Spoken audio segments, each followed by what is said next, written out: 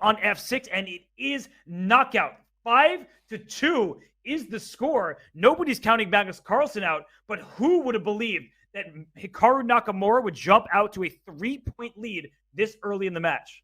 The original name of Hikaru Nakamura's stream, back in the Stone Age, back before he streamed on his own Twitch channel, it was Naka's Knockouts. Little known fact, and he is scoring one knockout after another, repelling Magnus Carlsen's King's Indian.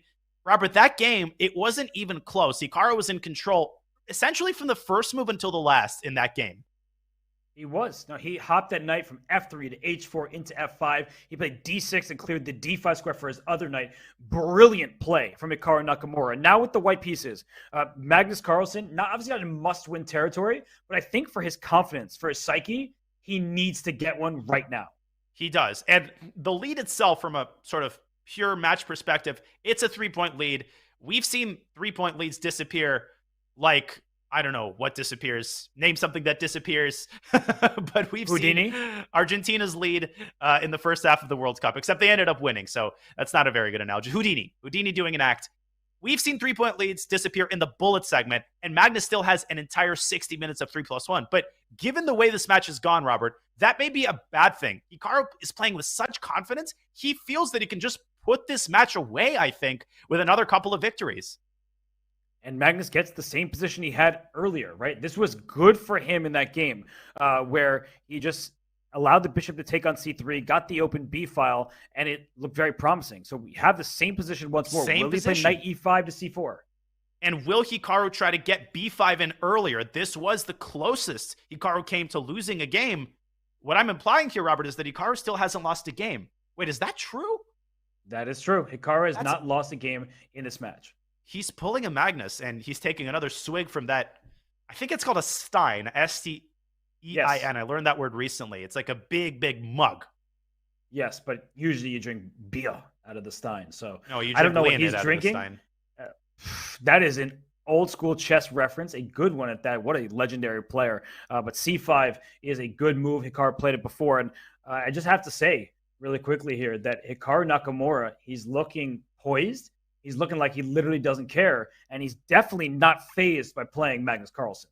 He definitely is, and you can just see it in his body language. We've tried to put less of an accent on body language. We don't have the ultimate Hikaru expert, Danny Wrench, here to guide us, but still, I mean, you don't need more than a perfunctory glance to just sense that the confidence right now is in Florida. It's not in Norway. And Magnus Carlsen, he's got 10 more minutes in the 5+1 to chip into this lead.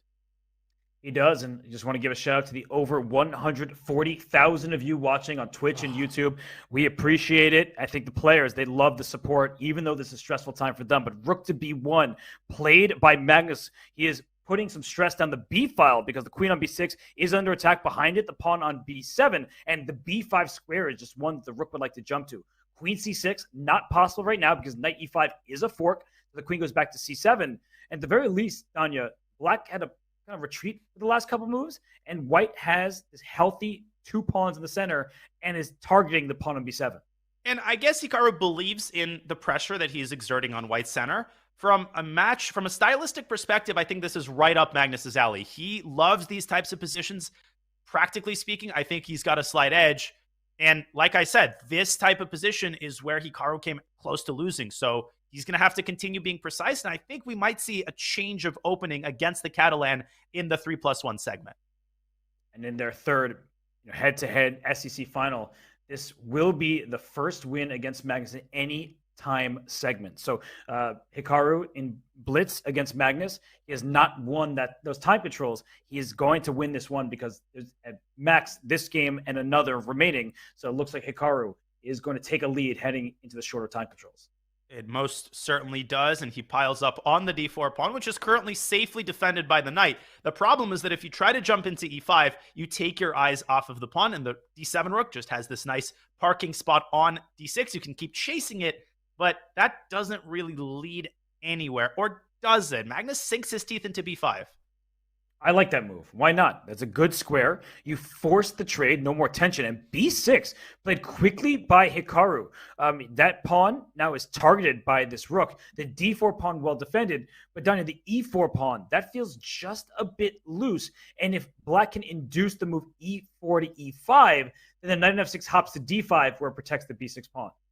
We've talked about this in these types of structures. That's precisely what Hikaru is trying to engineer. And Magnus says, I'm not playing e5, I'm playing d5 first, and now I think he's going to play e5, basically filling the cavity with a pawn before pushing the pawn to e5. And then he gets this d4 square for his knight. He takes on b6 first.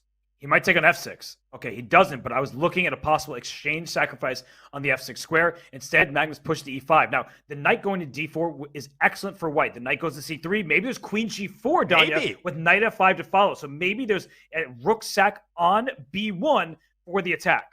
Oh my gosh, and maybe another rook sack on g6 later on. And literally, this is exactly what Magnus needs to do more of. He needs to take these tactical risks, but he just doesn't believe in himself tactically thus far in the match, and he lets another opportunity go by the wayside.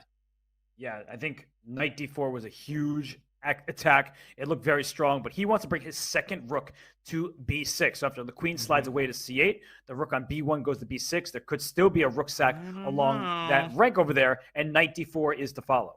But see, the problem is that you've given Hikaru a tempo. Now, what is he going to use this tempo for? I think he's going to go rook d7 to c7, not so much to infiltrate, although that does become a big threat, but also to involve the queen in the defense. And the move knight d4, it loses a lot of its luster because the knight doesn't have access to f5. The queen's going to be controlling that square. It's a really good point because knight d4 to f5 was the threat. Now the queen covers. So rook c7 looks like a good option because knight c5 back, Danya, giving up the a5 pawn. Whoa! Playing for a win. Passer. He's playing for a win. He wants to take control of the initiative here. But sometimes playing for a win is playing for a loss. Right? This is a double-edged decision. All three results possible. And if I am Magnus here, I'm trying to find a way to stop that pawn before it becomes a runaway train. And it's supported by two rooks. The pawn is guarded from a distance. Maybe rook b6 to d6 can be considered. He slides his queen into c4, but Hikaru easily repels that move with rook c7. That's the great thing about being doubled. The other rook still protects d4. This is anybody's game. And knight b7 becomes a huge threat in discovery against the queen on c4, hitting the rook on a5. So you have to watch out for that. You could play rook a5 to b5, for example, and then rook b8 is available, but you still have to watch out for this passer. The black queen can jump into the action. You should point out knight b and d7. And d7. Available. You can actually attack both of white's rooks. And, I mean, let's not forget about the passed d-pawn. That's still in play, and it might remind us of its existence on this very move. Queen b4. What a choice. If pawn to d3 it goes knight d3 instead, using the knight to hop in, and that rook can go to c3, the queen can go to g4, knight f4 check is available. This is scary for white. Black's position is filled to the brim with tactical potential. And what's not filled to the brim? Look at Magnus's clock. He is again down 2 minutes, and the position is just getting more and more out of hand. It is. He's just allowing... Knight f4. Knight f4. He's blundered knight f4, and it's mate. Yeah, Hikaru sees it. He's like, Hikaru can't believe it. Me? He looked at the screen. This is basic Brian, Robert. This is an idea that occurs across all openings. This is universal. And you can't step back to the first rank because of rook c1 with mate. It's over. Yeah, no, Hikaru saw it, and look at him. He's like, are you serious? Am I really playing Magnus? This is all you got, he says to Magnus. He's going to be up 4 points, and Magnus has got a match on his hands, doesn't he? Oh, a match. I mean, he's going to have to work hard to stay in rook this c1, match queen h3. Yeah, oh, look at that mate. Yeah. Oh, done. It's over.